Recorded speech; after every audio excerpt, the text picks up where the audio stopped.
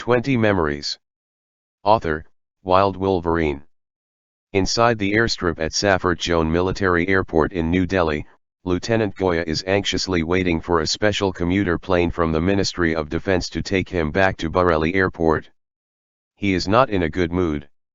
A few hours ago his weapons operator, Gaffer, told him that he had received orders from the Ministry of Defense that he would fly to the south to join the reconstituted 45th Squadron, and then a Doyle 228 of the Air Force's Secret Service took him to the Soviet Union.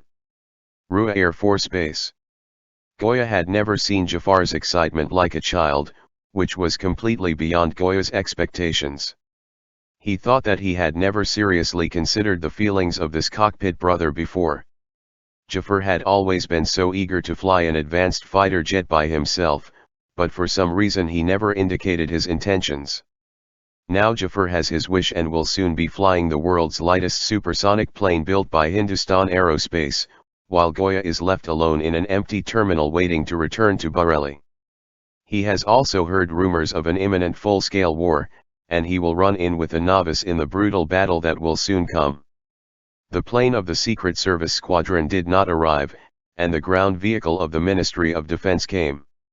Singh's office chief, Luyud Nahan, stepped out of an official car and walked into the terminal to see Lieutenant Goya waiting.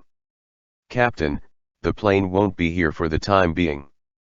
You still have a new official business." "Captain." Goya turned around. Of course he still remembered the tall supervisor, but he wasn't sure the supervisor called him because he was promoted. The notice was sent directly to the base, so he is still just a lieutenant. But there are no other soldiers present here now. "Captain, don't be too shy, the Ministry of Defense has given you a new assignment." "Hello, Mr. Director, the situation is very urgent. I must return to the front line immediately. I have to run in with a new weapons operator. It takes time. There are many ways to fight the enemy, not necessarily in the cabin, and now this task needs you more. Hindustan National Television is urgently producing a program called National Heroes.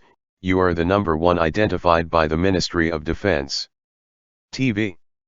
Yeah, think of the beautiful Miss Bansari, who in a few hours will be hosting the show herself, and you'll be a hero.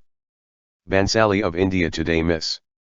Yes, she will ask you some questions that the people want to know, such as the conversation with the Prime Minister, and how it feels after shooting down the enemy. Very simple. It is a pity that this decision has been delayed, and Captain Jafar has left. I mean, I'm the only one left to be interviewed." Goya asked, suddenly feeling that it would be very cramped for him to be interviewed by the female anchor alone, although this beautiful female anchor of current affairs news often couldn't do it. The capital of the Qing states, or the name of the majority party alliance in the lower house, is mispronounced, but this does not prevent her from becoming the goddess in the minds of many young Indians. No, there's another one who'll take over for Captain Jafar on TV. "Who?" Goya asked. The supervisor didn't answer. Maybe he didn't hear it. A Mi-8 helicopter was slowly landing at the airport outside, and the loud noise interrupted the conversation between the two. "Who are you asking?" "Look, he's here, Captain Chabarol, a squad leader of Trident Squadron. We haven't met, but he shot down an F-16 in the air battle this morning." "Is Pakistan boasting the strongest 5th Falcon Squadron?" The intelligence department is still verifying. "Really?" A fighter jet has been a staple of his nightly dreams. Outside the huge floor-to-ceiling glass window, the helicopter has stopped, the hatch on one side is open, and a young pilot in an Air Force uniform sticks his head out. "Trident's MiG-29. Yes, let's go, let's pick him up." The Hindustan State Television building is located on Dalhousie Street in the bustling district of New Delhi, opposite the Anglican Cathedral. It is very close to the Parliament and the Presidential Palace. This Plus TV station has always been the main channel for the Indian government to release its policies. Goya sat face to face with the unfamiliar and taciturn Captain Roll in the waiting room outside the studio. The crew had been shuttling around, preparing for the upcoming recording, when Lieutenant suddenly disappeared a few minutes ago, probably looking for an acquaintance to confirm that there was no formal conversation between the two pilots. Roll kept his head down and seemed to be contemplating something. "I heard that you may have shot down a Falcon." Goya tried to break the deadlock. He didn't like his tone, because his tone was full of compliments, which went against his inner pride. "I don't know what to say, Lieutenant. I did shoot down a mid-range missile and shot down an F-16A/B that was climbing. He just dropped the bomb and was negligent. But the early fight wasn't that much of it. So perfect."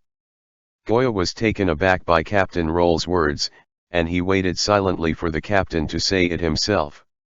"In the early hours of this morning, we received an emergency take-off order. In addition to the 4 MiG-29s of this squadron, there were also 4 MiG-21s that took off from Sarcy." Captain Roll recalled mechanically, when the opposite Goya suddenly "I feel that the real result is not 1-0.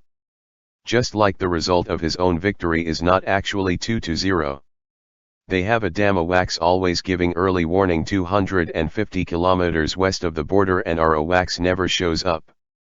You know the enemy is good at fighting in the mountains and we don't have AWACS even though we have some numerical superiority, but it can't be a fair fight either."